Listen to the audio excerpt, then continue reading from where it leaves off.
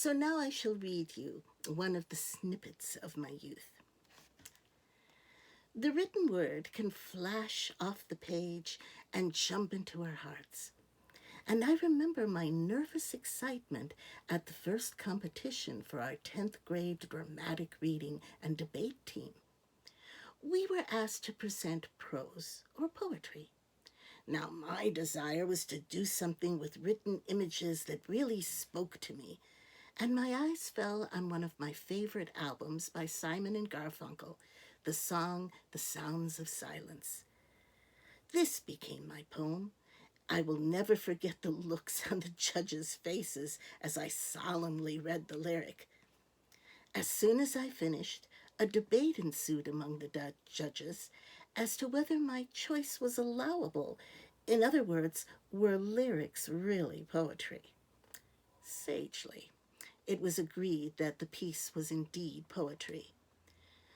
Yet this was not the first time I had raised eyebrows regarding my choices in poetry. I must have been around 12 years old when our teacher wrote goat, boat, moat, float on the backboard. She looked us over wearily. It had been a really hard week, for summer break was only a week away. This week, as part of English, we shall be looking at rhyming in poetry, she informed us. Yesterday we spoke of a type of poetry called limericks. So today you will use these words to create your own limerick. I looked at the words on the blackboard with welling horror. My hand shot up, almost of its own accord. Yes, Cornelia, said my teacher, casting a baleful eye my way. Would it be all right, please let it be all right for me to use this limerick by using words that rhyme with no goats or boats, please? I was being meek, pleading a little at the end of the request. The teacher leaned over her desk and gripped the sides, and then peered above her wing-tipped glasses at me. I'll tell you what, little miss, I have to be different. I will make you a deal. You can do the assignment like everyone else, or you can write what you want, but if I do not like it, you will get an I for incomplete. It's your choice. Floating boats with goats danced like sugar plums through my head, and the thought of playing it safe was somehow unthinkable. I will write my own poem, I answered quietly. The classroom now fell into 3 camps. There were the few whose eyes flashed with a brief light and the hope that somehow I could pull this off. Then there were just as many that thought that I had lost my mind, and just as many that could not hide their wolfish grins at what would surely be my impending starry fall. If that was the case, it would give much fodder for torturous teasing for the next few weeks until summer break. Determined and inspired, I put pencil to paper. After about 15 minutes, the teacher started to call out the students' names. She sat stone-like at her desk, her eyes closed, as students read out their brave efforts. And after about 12 rounds of floating goats and boats or moats, she calmly and somewhat icily called my name. I stood up, took a deep breath, and read. There was a girl that could smile. She also could walk a mile.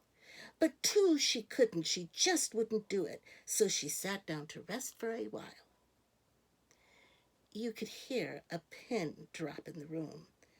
I was standing there transfixed in what seemed like an eternity.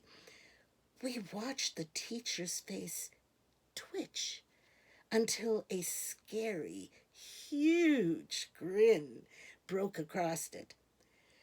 This is what I was hoping to hear, she beamed. What gave you this idea, Cornelia? I don't know. It just came to me, I stammered. Ah, so here we have an example of being inspired by the poet's muse. Classroom, she announced. This is the romantic notion of a muse. But then, what also inspires us? Fear, called out the smart-ass kid in the room. Yes, she nodded. Fear can be very inspirational. So can revulsion. She paused, chalk in hand. Do you have a fear or revulsion of goats, Cornelia? No, I just found goats and boats too silly for me, I answered truthfully. Limericks, by their very nature, are supposed to be somewhat silly.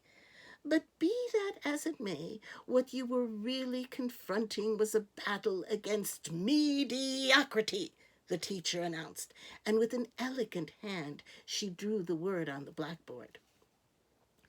By this time I was sitting down, and we were all somewhat open-mouthed that my little poem, a limerick at that, was causing our stone-faced teacher to wax profoundly over our heads. Mediocrity, to be common, to be like everyone else, and not to attempt to excel, the teacher explained to the class. She walked over to my desk. You will get your grade, Cornelia. Then she leaned closer. But remember, doing things your way does not always work out so well. She bent further and looked me over her glasses and intoned, pick your battles wisely. I somehow managed a little smile and murmured, thank you. Yet in the back of my mind, I understood that something very important had happened, even though I could not fully grasp it all. What I did realize, despite what seemed like an ominous warning to me, was that I really did like her as a teacher, and I deeply regretted accidentally hitting her in the face with a basketball the day before. The years pass, and now I wrote another poem called Threshold. The mythical puzzle, the mystical cup, the banquet of life I must sup, the labyrinthian doorway, the sacred sacrifice, the dance at the threshold I must survive. How did I come from my simple childhood rhyme that no doubt was surely describing a part of myself to create this poem of spiritual determination and depth? Perhaps on the surface one could say, yes, Cornelia's teacher was right about her childhood poem. Here are her beginnings that show her future tendencies. Here they were born out of her distaste for the simple, for being given boundaries, rules to follow, or perhaps being forced to be on the same level with everyone else. There may be some truth to these ideas. I was, after all, a child.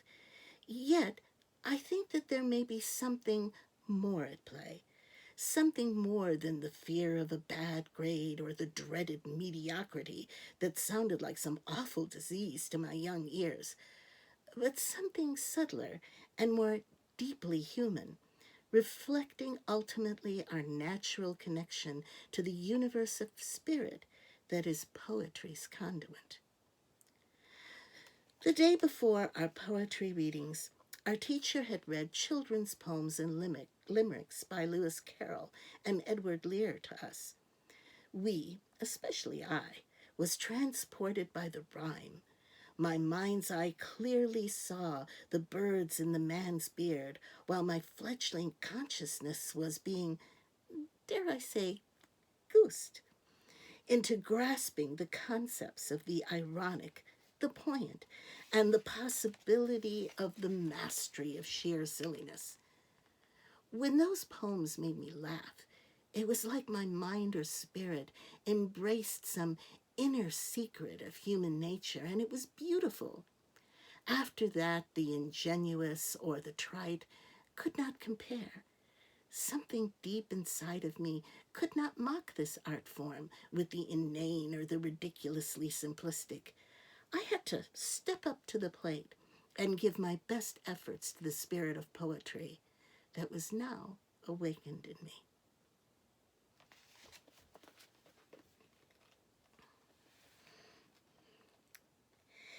Now, I had a piece of paper in here, but I took it out. Let's see if I can follow it and find it. Ah, here it is. So, to finish upon this book, I thought you might be amused if I spoke on something a bit humorous.